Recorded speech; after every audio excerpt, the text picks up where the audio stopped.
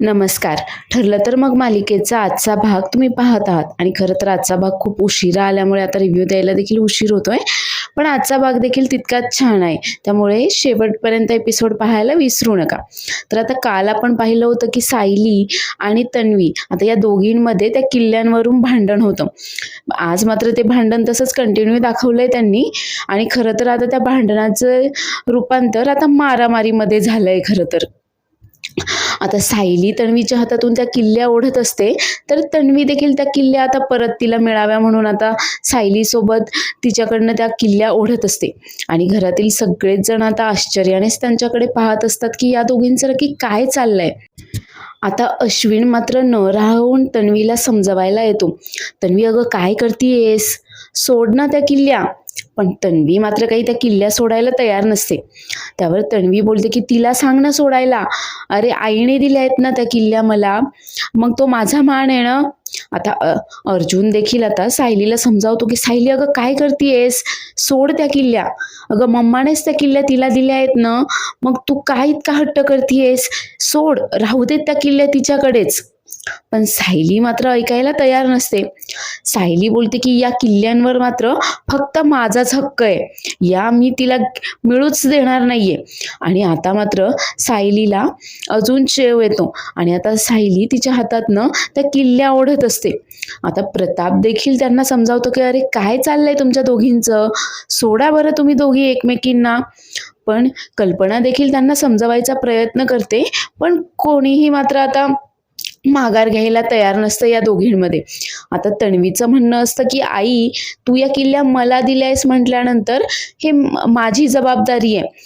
पण सायलीचं म्हणणं असतं की आईने मात्र या घराचं संरक्षण करायची जबाबदारी माझ्याकडे दिली आहे आणि या किल्ल्या माझ्याच आहेत, यावर माझाच अधिकार आहे, या किल्ल्या काही मी तुला देणार नाहीये. आता असं या किल्ल्यांवरून या दोघींचं जोरदार भांडण चाललंय. तर तेवढ्यातच तिथे आता अस्मिता आणि सचिन येतात आणि अस्मिता विचारते, अरे तुमचं काय चाललंय, तुमच्या भांडणाचे आवाज रस्त्यापर्यंत येत आहेत. आता खरं तर सचिन देखील या दोघींचं भांडण पाहून चांगला शॉक झालाय, पण खरं तर त्याला हसू देखील येतं या दोघींची मारामारी पाहून. तर आता सायली बोलते, अस्मिता ताई पहा ना, आईंनी या सगळ्या तिजोरीच्या किल्ल्या आता तन्वीला देऊन टाकल्या आहेत. आता हे ऐकल्यावर अस्मिता देखील चांगलीच शॉक झालीये. तर दोघींचंही आता त्या किल्ल्या मिळवण्यासाठी चांगलीच झटापट चालली आहे. आता मात्र सायली तन्वीला सोडून देते. तर आता तन्वी तिला बोलते, अगं का जळकुटेपणा करतीयेस, आईने या किल्ल्या मला दिल्या होत्या ना, यावर माझा अधिकार आहे ना. आता सायली मात्र खूप चिडली आहे आणि सायली बोलते की पाहाच मी आता काय करते ते. आणि आता सायली डायरेक्ट आता तन्वीचे केसच पकडते आणि दुसऱ्या हाताने तिच्या हातातून त्या किल्ल्या ओढत असते. आता तन्वी कसली गप्प बसतीये हे असं केल्यावर. तन्वी देखील आता सायलीचे केस पकडते आणि आता दोघींमध्ये चांगली अशी मारामारी सुरू होऊन जाते.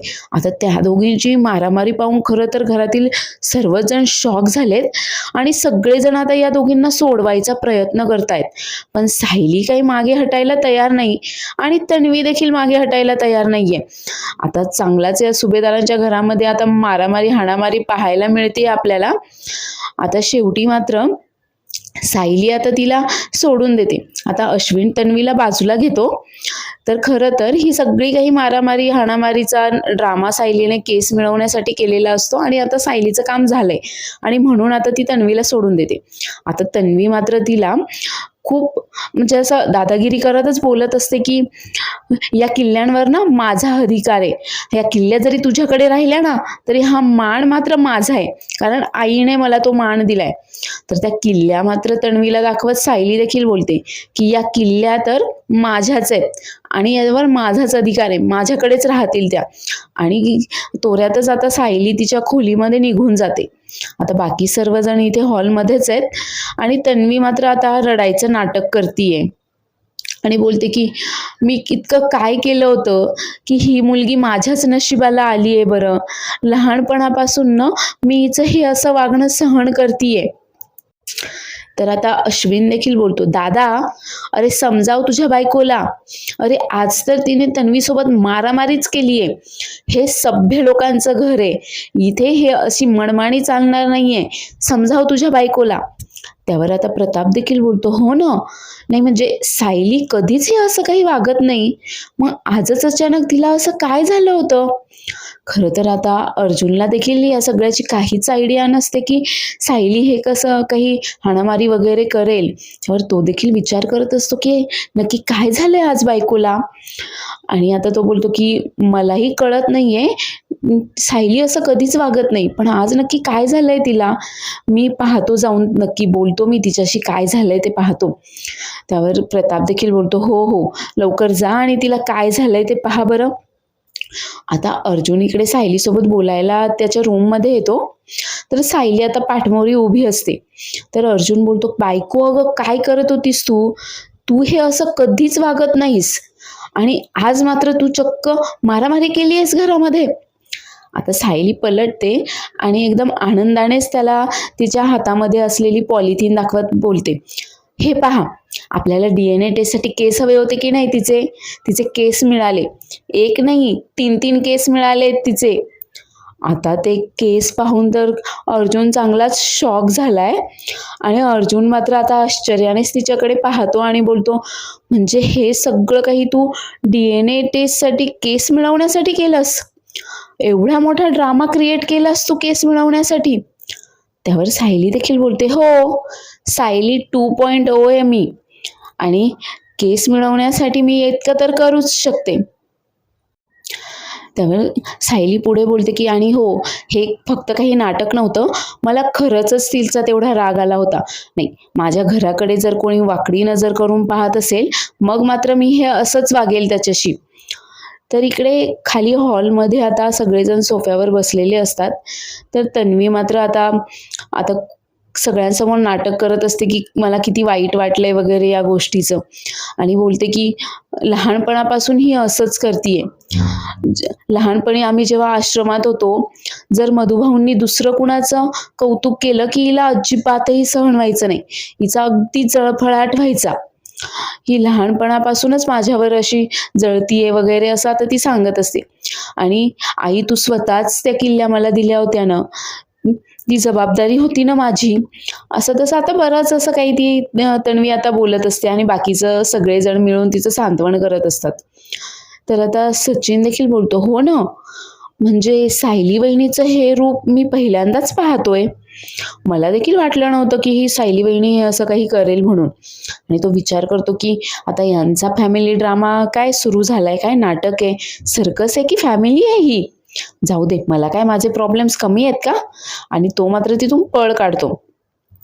तर इकडे खोलीमध्ये सायली आणि अर्जुनचं डिस्कशन सुरू असतं की आता तन्वीचा तर आपल्याला सॅम्पल मिळालाय, आता मैनावती आणि प्रतिमा आत्याचा देखील सॅम्पल मिळवायला हवाय.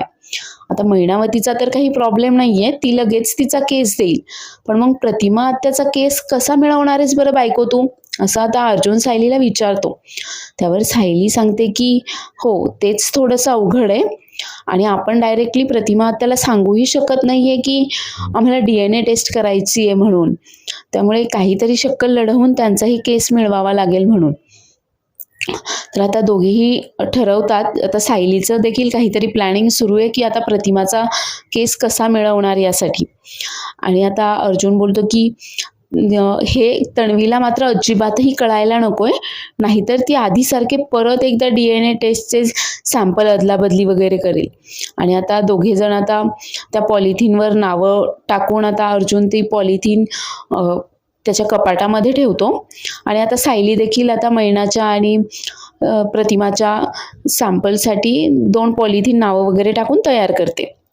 तर इकडे खाली आता तन्वी मात्र सांगत असते की तुम्हाला तिच्या या सगळ्या स्वभावाची शॉक झाला असेल, हे सगळं स्वभाव वगैरे पाहून, तिचं असं रूप पाहून, पण मी सांगते ना, तिचं हेच रूप आहे, असंच रूप आहे तिचं. ती लहानपणापासून ना हे असंच वागतीये माझ्याशी. मधुभाऊंनी जरी कोणाचं कौतुक केलं तरी ती असंच वागायची, नुसता जळफळाट व्हायचा तिचा. किती वेळा तिने माझ्यावर हात उचललाय बरं. तर इकडे सायली आणि अर्जुन त्यांच्या खोलीमध्ये असतानाच आता प्रतिमाचा कॉल येतो सायलीला. तर सायली आता फोन स्पीकरवर टाकून बोलत असते. त्यावर प्रतिमा सायलीला बोलते की सायली, अगं मी तुला म्हणाले होते ना की मला तन्वीबद्दल काही वाटत नाही. त्यासाठीच मला तिच्यासोबत थोडा जास्त वेळ घालवायचा आहे, जेणेकरून माझी शंका खरी आहे की खोटी हे मला तपासायचं आहे. आणि तू देखील बोलली होतीस की तू तेव्हा माझ्यासोबत असशील म्हणून. अगं खरं तर तन्वीला इतके दिवस इथे बोलावणं काही जमलंच नाही, कारण रविराज तेव्हा घरी होते. पण आता रविराज 2-3 कामासाठी 2-3 दिवस तरी ते बाहेर गेले आहेत. त्यामुळे मी विचार करत होते की आता तन्वीला घरी बोलवावं म्हणून. त्यावर आता सायली बोलते, "हो चालेल ना, बोलवा तुम्ही तिला आणि मीही येईल, पण मी थोड्या वेळानंतर येईल ती आल्यानंतर." त्यावर आता सुमन बोलते की "हो, पण आपण तन्वीला नक्की कारण काय सांगणार आहोत तिला इथे येण्यासाठी?" त्यावर आता सायली बोलते की "मी सांगते कारण. मी जे कारण सांगते ना, तसं सांगा तिला." आता सायलीने खरं तर काय कारण सांगायला सांगितलंय हे काही आपल्याला इथे दाखवलेलं नाहीये त्यांच्या संभाषणामध्ये वगैरे. पण आता सायली प्रतिमाला काहीतरी कारण सांगायला सांगते, तर मग प्रतिमा देखील आता सायलीचं ऐकून तन्वीला तसं कारण देऊन बोलवण्यासाठी तयार होते. आणि सायली सांगते की ती आल्यानंतर थोड्या वेळाने मी येईल, की जेणेकरून तिला संशय येणार नाही आपलं काही बोलणं झालंय म्हणून. तर इकडे खाली आता हॉलमध्ये सगळेजण आता तन्वीचं सांत्वन करतायत.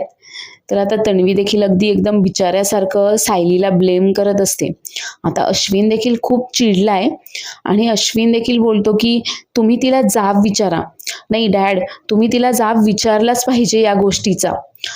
त्यावर आता प्रताप बोलतो की अरे काय विचारणार तिला? ते काही शाळेतली लहान मुलं आहेत का? की मग तुम्ही मारामारी का केली ते विचारायचं म्हणून?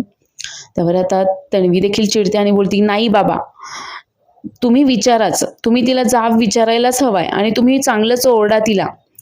त्यावर आता कल्पना बोलते की "तन्वी, अगं सायलीचा स्वभाव कसा आहे ते माहिती आहे ना तुला. अगं काय विचारायचं तिला? त्यापेक्षा सोडणं. तूच हे सगळं काही समजून घे ना. अगं तू अगदी शहाणं बाळ आहेस. तू सगळं काही समजून घेशील ना याची खात्री आहे मला. अगं तिला जरी काही बोलायला गेलं तरी ती काही ऐकणार नाहीये ना. त्यापेक्षा तूच शहाणी हो." आता मात्र तन्वी विचार करते की नाही, आता समजूतदारपणा दाखवायलाच हवाय, म्हणजे या सगळ्यांची सहानुभूती तरी मिळवता येईल, सायलीला वाईट ठरवून वगैरे. तर आता अश्विन बोलतो की आपण दरवेळेस तिची अशी मनमानी का बरं सहन करायची? ते काही नाही मात्र.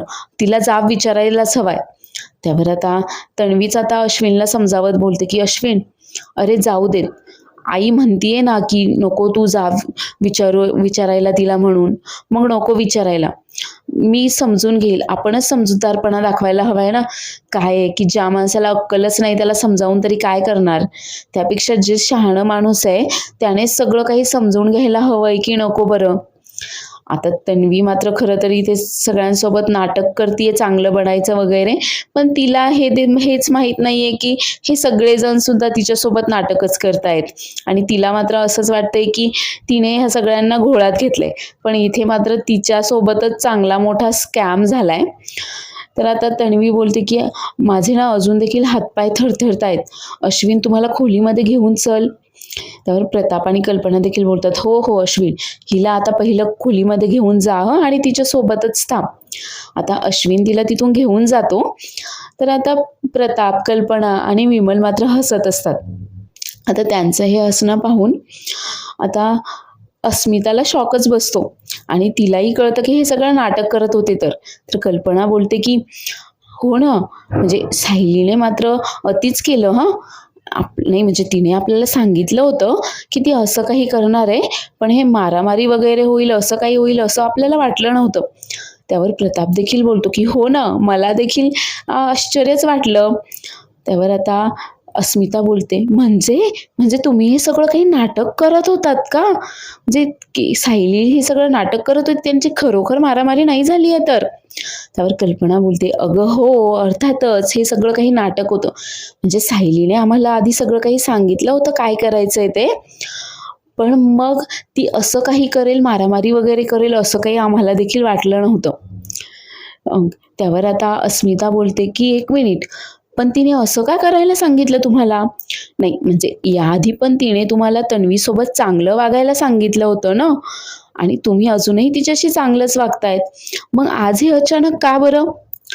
त्यावर आता प्रताप सांगतो की "अगं तिने आम्हाला सांगितलं होतं, सायली आणि अर्जुन त्या दोघांनी आम्हाला जसं सांगितलंय ना तसंच आम्ही वागायचा प्रयत्न करतोय. अगं आम्ही त्यांना विचारलं देखील, पण ते बोलले की वेळ आल्यानंतर आम्ही सगळ्यांना सगळं काही सांगू म्हणून. त्यावर कल्पना देखील बोलते, हो ना, आणि अगं भिंतीला देखील कान असतात. काही गोष्टी न लवकर उघड केलेल्या न केलेल्याच जास्त चांगल्या असतात बघ, आणि त्यांच्यावर मात्र आमचा पूर्ण विश्वास आहे. तर इकडे ही साक्षी आता सचिनला फोन करते, आणि खरं तर सचिन आता इकडे बाळाला खेळवत असतो आणि तिच्याशी फोनवर बोलतही असतो. तर आता साक्षी त्याला भेटायला बोलावते आणि त्याला बोलते की मी तुला एक ॲड्रेस देतोय, मला आत्ताच्या आत्ता तू मला त्या ॲड्रेसवर भेटायला ये. त्यावर आता सचिन सांगतो की मला खरंच पॉसिबल नाही आहे, मी इथे अडकून पडलोय आता. त्यावर आता ही साक्षी चिडते आणि बोलते की पण मी तुला विचारतच नाहीये, मी तुला सांगतेय की तुला मला भेटायला यावंच लागेल. आणि आता तेवढ्यातच ते बाळ रडायला लागतं. तर सचिन आता त्या बाळाला शांत करत असतो आणि त्याला खेळवत असतो, पण ते काही शांत होईना. त्यावर आता सचिन बोलतो की हे बघ, इथे मी असा अडकून पडलोय, सतत मला बाळाशी बोलावं लागतं, खेळावं लागतं. अगं खरंच आज पॉसिबल नाही आहे, मी स्वतःहून तुला भेटायला येतो ना मला टाइम भेटल्यावर. साक्षी मात्र काही ऐकतच नाही आणि त्याला बोलते की फोन ठेवू नकोस, तू जर फोन ठेवलास ना तर याचे परिणाम मात्र खूप वाईट होतील. पण आता बाळ मात्र जास्तच रडायला लागतं आणि नाईलाजाने आता सचिन तिचा फोन कट करून ठेवून देतो आणि बाळाला खेळवत असतो. आता साक्षी मात्र खूप जास्त चिडते तिचा फोन कट केल्यामुळे, आणि आता ती स्वतःशीच बडबडत असते की मला हेच व्हायला नको होतं आणि मला माहीत होतं की हेच होणार आहे. तू तिकडे गेल्यानंतर तू तुझ्या त्या मुलामध्ये, बायकोमध्ये, संसारामध्ये ना मग्न झालायस. नाही, मी असं होऊन देणार नाहीये. या सगळ्याची किंमत तुला चुकवावीच लागेल. साक्षीला दुखावल्यावर काय होतं ना हे तुला कळायलाच हवंय. आणि आता ही साक्षी देखील आता रिवेंज घ्यायचं ठरवतीये. तर इकडे आता अश्विन देखील तन्वीला त्यांच्या खोलीमध्ये घेऊन आलाय आणि तिला बोलतो की खरं तर अगं मी तुझ्यासोबत इथे थांबायला हवं होतं, पण मला हॉस्पिटलला देखील जावं लागणार आहे. तर तन्वी त्याला सांगते की नाही नाही तू जा, मी ठीक आहे आता. आणि तेवढ्यातच तिच्या फोनवर प्रतिमाचा फोन येतो. तर तन्वी बोलते की अरे आईचा फोन आहे, काही झालं नसेल ना, सगळं ठीक असेल ना तिकडे. नाही, आई स्वतःहून मला कधीच फोन करत नाही रे, काय झालं असेल बरं. त्यावर अश्विन बोलतो की काही नाही, सायली वहिनीने ना हे सगळं काही सांगितलं असेल तिकडे, म्हणूनच फोन केला असेल आत्यानी, तू फोन स्पीकरवर टाक बरं. आता तन्वी फोन स्पीकरवर टाकते आणि बोलते की आई अगं काय झालं, सगळं काही ठीक आहे ना तिकडे, बाबांची तब्येत ठीक आहे ना. त्यावर प्रतिमा सांगते की अगं हो हो, सगळं काही ठीक आहे. अगं मी यासाठी फोन केला होता की कल्पनाने फोन केला होता आणि कल्पना खरं तर तुझं खूप कौतुक करत होती. ती म्हणत होती की तू तुझ्या चांगल्या वागण्याने त्यांना आधीच्या सगळ्या काही गोष्टी विसरायला भाग पाडलंयस म्हणून. तू खरंच सगळ्यांची मनं जिंकायचा प्रयत्न करतेयस, कोणी कसंही वागलं तरी तू काहीच रिॲक्ट होत नाहीयेस वगैरे, सगळ्यांना आपलंसं बनवलंय तू. त्यावर सुमन देखील बोलते, हो ना तन्वी, अगं कल्पना वहिनी तर म्हणत होत्या की तू सगळ्यांची मनं जिंकलीयस म्हणून. त्यावर आता आपलं इतकं कौतुक ऐकून आता तन्वी देखील खुश झालीये आणि बोलते की काय, म्हणजे आईने खरंच असं सांगितलं आणि तू खरंच माझं कौतुक करायला फोन केलायस का आई. त्यावर प्रतिमा बोलते अगं हो, म्हणूनच म्हटलं अगं बरेच दिवस झाले तुला माहेरपणाला देखील बोलावलं नाही ना गं, आज येशील का. नाही एक काम कर, तू जेवायलाच ये ना इकडे. आता तन्वी देखील खूप जाम खुश झाली आहे, तिला आता माहेरपणासाठी बोलावतायत म्हटल्यावर. त्यावर ती बोलते हो हो मी येईल ना, लगेच निघते मी. आणि आता ती फोन ठेवते आणि अश्विनला बोलते की अश्विन मला पहिला चिमटा काढ बरं. त्यावर अश्विन बोलतो की अगं हो, चिमटा काढायची काही एक गरज नाहीये, अगं हे सगळं काही खरं खरं घडलंय. त्यावर आता तन्वी देखील जाम खुश आहे आणि बोलते की बघ ना, आईने मला माहेरपणासाठी बोलावलंय. अरे म्हणजे आईला सुद्धा आता म्हणजे माझं सगळं कष्टाचं चीज झालंय रे, सगळ्यांनी आता मला स्वीकारलंय. आणि मनातच विचार करत असते की चला या सुभेदारांना तर घोळात घेतलंयच, पण आता प्रतिमा देखील विरघळली आहे, चांगलीच माझ्या जाळ्यात अडकली आहे वगैरे. त्यावर अश्विन देखील जाम खुश आहे आता, आणि अश्विन देखील बोलतो की अगं हो, तू आता लगेच आवर आणि आता प्रतिमा आत्याकडे जायला निघ. बघ अगं, तुझ्या कष्टांचं चीज झालं की नाही बघ बरं. सगळ्यांनी तुला आता स्वीकारलंय आणि सगळ्यांचं प्रेम आता तुला परत मिळणार आहे. तर इकडे अर्जुन आता सदामयणाकडे आलाय आणि तो मैनावतीला त्यांना सांगतो की DNA टेस्ट करायचा आहे वगैरे. त्यावर आता सदा सांगतो की काय असतं बरं हे DNA टेस्ट. त्यावर अर्जुन त्यांना सांगतो की ती बबली तुमचीच मुलगी आहे हे त्याने सिद्ध होईल आणि त्यासाठीच ही टेस्ट करायची. त्यावर आता मैनावती बोलते की त्याची काय गरज आहे बरं, मी सांगते ना ती माझीच पोरगी आहे म्हणून, मीच जन्माला घातली आहे तिला. त्यावर आता अर्जुन बोलतो की आणि कोण विश्वास ठेवणार आहे बरं तुमच्यावर.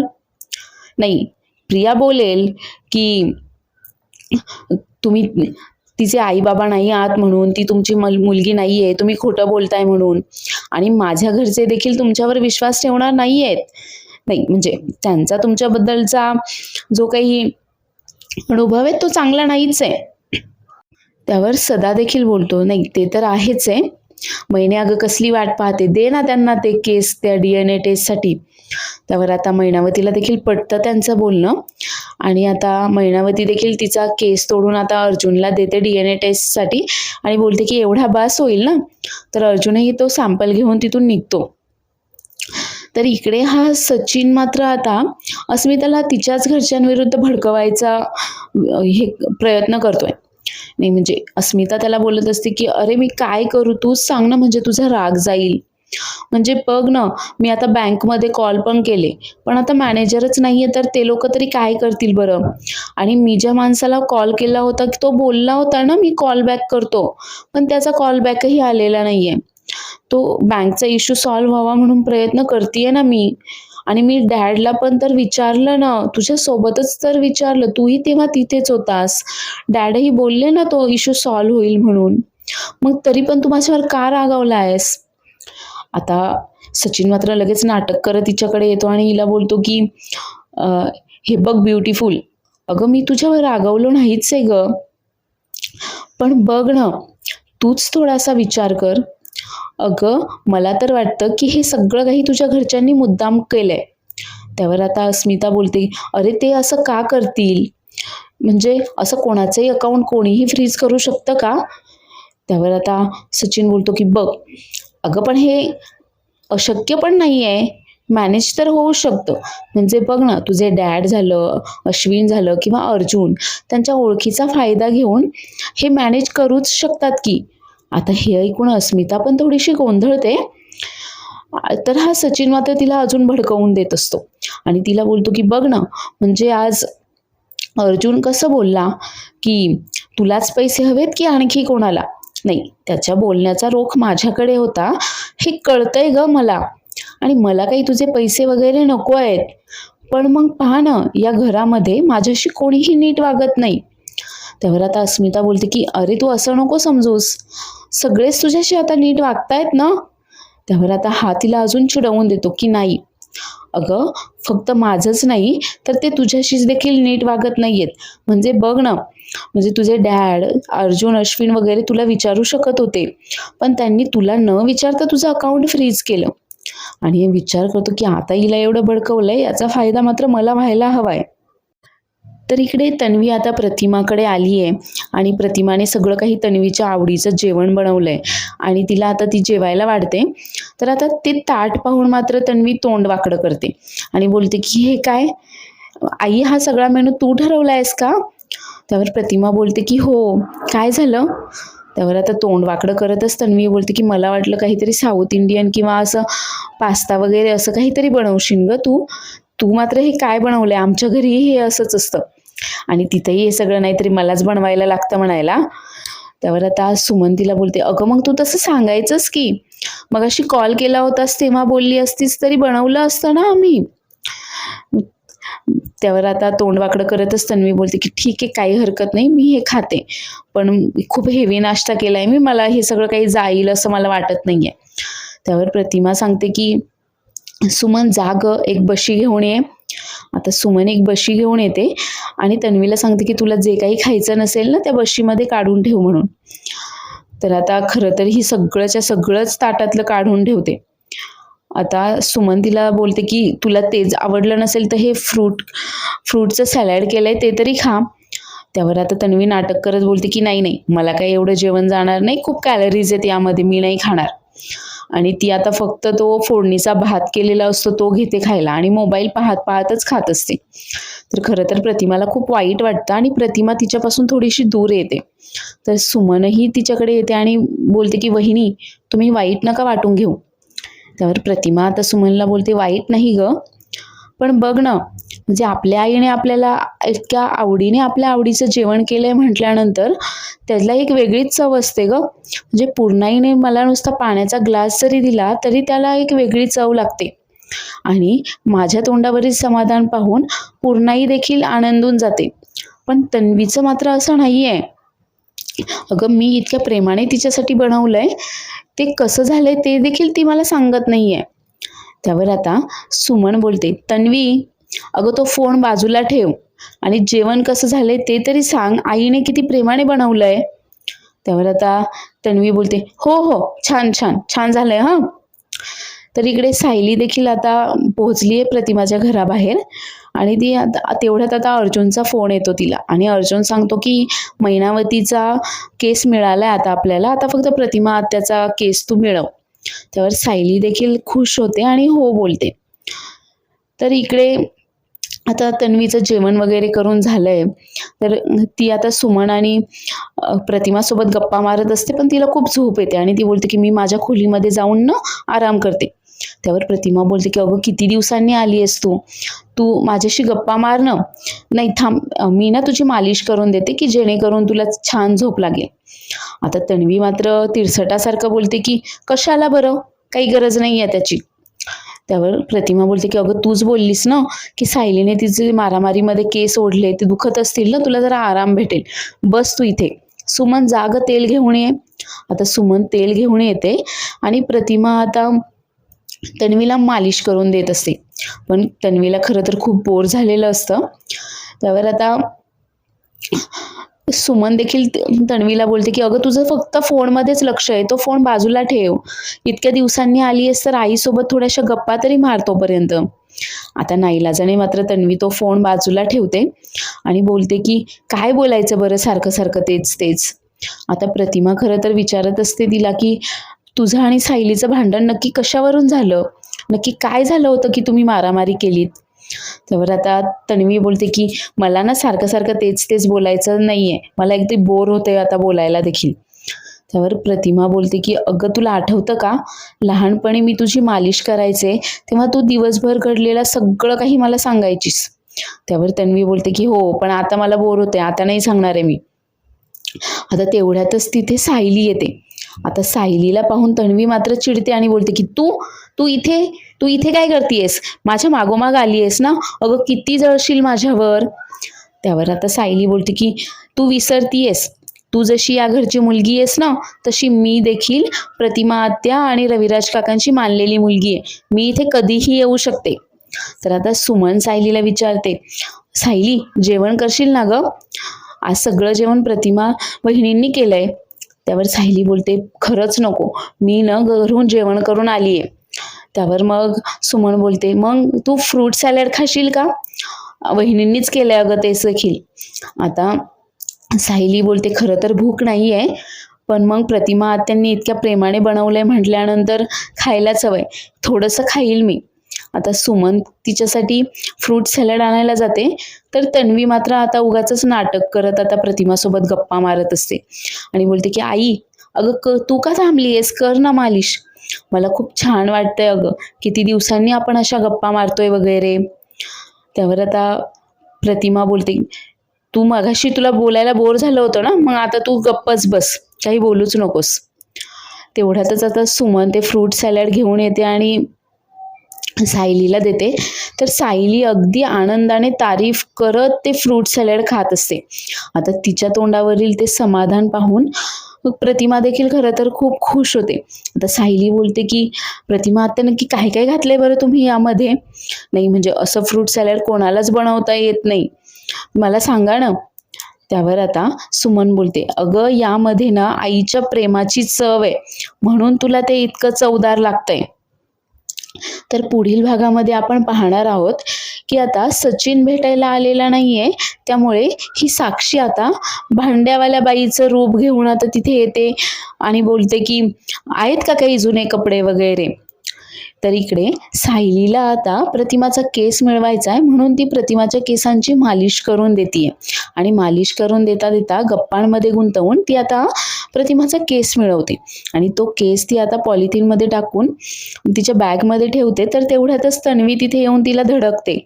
आता तन्वीला हे सगळं काही समजू नये म्हणून सायली मात्र तिची बॅग घट्ट पकडते आणि तन्वीला इथेच तिच्यावर संशय येतो.